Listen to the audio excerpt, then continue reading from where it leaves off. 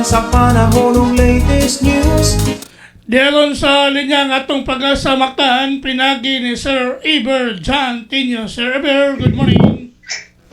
Yes, good morning sir. Good morning sa atong tanang tigpaminaw. Mo kini ang pinaka-latest na weather update para karong adlaw Domingo.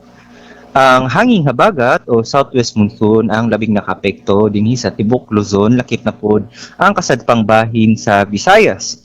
Samtang ang atong ginomonitor na bagyo na kaniadtong si Quiapo, kini anaa sa gawas sa Philippine Area of Responsibility o kaganang alas 3 sa kadlawon. Kini adunay international name na Nuol.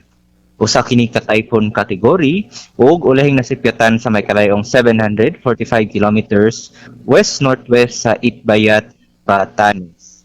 Ang naingong bagyo nagpadayon kini nagtikalayo sa kayutaan sa atong nasod ug nagtikaduol dinhi sa mainland China o sa pagkakaroon na doon kinilihok sa northwestward na kapaspason na 20 kilometers per hour.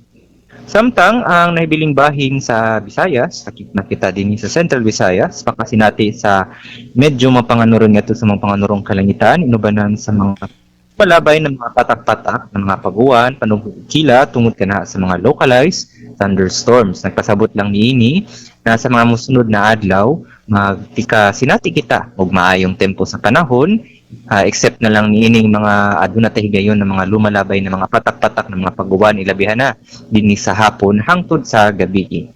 Samtang ang atong hangin ug kadagatan karong adlaw adunay hinay ngadto sa kasarangan ang paghuros na nagagikan sa habagatan silangan ngadto sa habagatan kasadpan diin ang kadagatan aduna po hinay ngadto sa kasarangan ang mga pagbalod. Walay gale warning signal aktibo sa asang bahin sa mga kadagatan dinhi sa Visayas. Atong temperatura karong adlaw para sa tibok probinsya sa Sugbo ana sa 25 hangtod 32 degrees Celsius.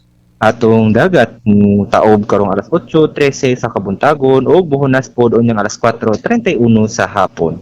Philippine Standard Time ana kita sa 5:52 AM ang atong aring adlaw ni saka na kaganiyang 5:32 AM ug mosalog pod unyang 6:09 PM.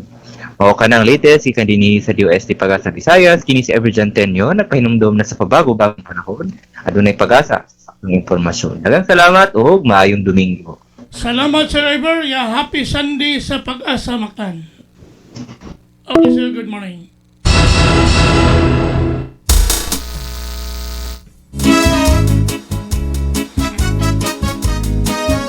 Inyo gadabati atong dagan sa kahimtang sa panahon nining adlaw ga Domingo. Pizza 26 bulan sa Hulyo tuig 2026. Pinagi ni Sir Eber John Tinio ang atong weather specialist gikan sa Pag-asa Mactan nga naghatod sa atong dagan sa kahimtang sa panahon nining adlaw nga Domingo. Salamat sa Pag-asa Mactan ug mayong buntag kanatong tanan. Sa kabuntagon